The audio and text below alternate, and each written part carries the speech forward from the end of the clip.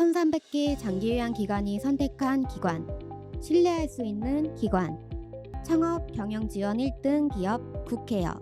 어르신 한 명 모시기도 정말 힘들고 요양보호사 찾는 것도 절대 쉽지 않던데 계속 영업을 하는 것이 맞을까? 어떻게 해야 되지? 안녕하세요, 국회 천천박사입니다.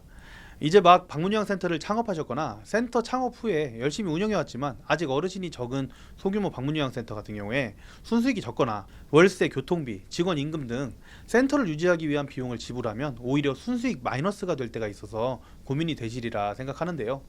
결국 영업을 통해서 대규모 방문요양센터로 나아가야 합니다. 그래야 순수익도 늘어나고 대표님이 모든 일을 처리하는 구조가 아니라 직원을 뽑아서 업무를 분담할 수 있는 체계가 잡힐 수 있죠.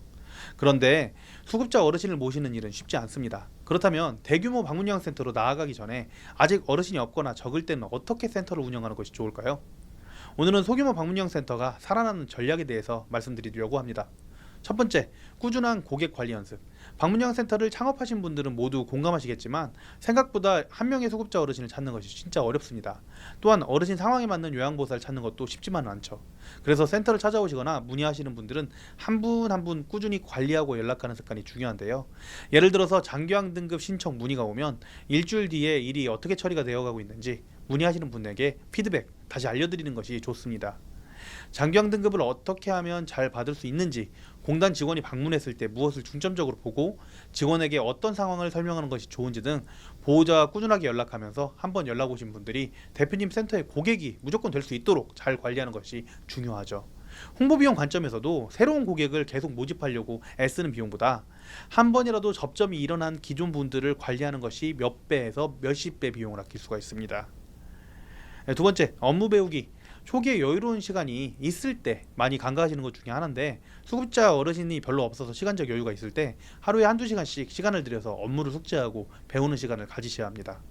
대표님께서 나중에 어려운 부분, 시간이 많이 드는 부분을 위탁하시더라도 먼저는 여유로울 때 경험을 해보셔야 나중에 실무에서 휘둘리지 않고 필요한 것만 다른 사람한테 맡기면서 운영해 나갈 수 있습니다.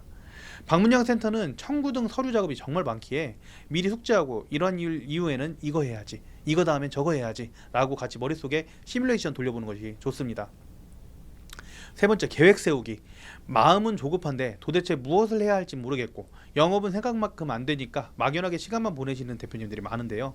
걱정으로 하루를 보내고 주말에도 쉬지 못하고 걱정을 하는데 막상 실제 일한 시간 계산해 보면 아침 9시에 나가서 6시에 퇴근하는 직장인 반의 반도 일 못하는 경우가 많습니다.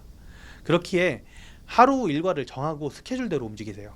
어르신들에게 전하는 시간, 영업하는 시간, 청구하는 시간, 서류 작업하는 시간, 업무를 배우는 시간 등 요일과 시간을 미리 정해놓고 계획대로 움직이면 여러분들이 불안해하는 시간이 확 줄어들 겁니다. 네 번째, 온라인 마케팅 배우기. 센터 홍보도 무작정 하시면 안 됩니다. 이번 2024년 대표님의 집 문 앞에 수많은 전단지가 붙어 있다가 떼어졌을 겁니다. 그런데 기억나는 전단지 혹은 전단지를 보고서 찾아가는 물건을 구매하신 경험이 얼마나 되시나요? 홍보 방법도 트렌드가 있고요. 최근 트렌드는 점점 온라인 홍보로 바뀌어가고 있습니다. 오프라인이나 전단지에서 최저가 폭탄 세일이라는 문구를 봐도 실제로 최저가인지 인터넷을 통해서 여러분들이 가격 비교를 하는 시대가 되었어요. 최근에는 방문요양센터가 많이 늘어났기 때문에 어르신들은 그리고 보호자들은 센터 방문 전에 먼저 온라인을 통해서 주변에 방문요양센터가 몇 개 있는지, 추천하는 센터가 있는지, 후기는 있는지 이런 부분들 여러 가지를 찾아봅니다. 즉 누군가 대표님 센터에 방문을 했다면 그 사람은 온라인에서 이미 정보를 찾아보고 왔을 가능성이 높습니다.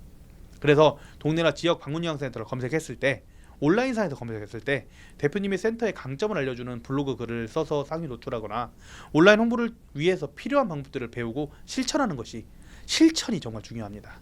온라인 홍보 방법 중에 글을 꾸준히 쓰는 것은 어렵지만 대표님 혼자서 꾸준히 할 수만 있다면 온라인 홍보 방법으로는 네이버 블로그는 꼭 하시기를 추천드립니다.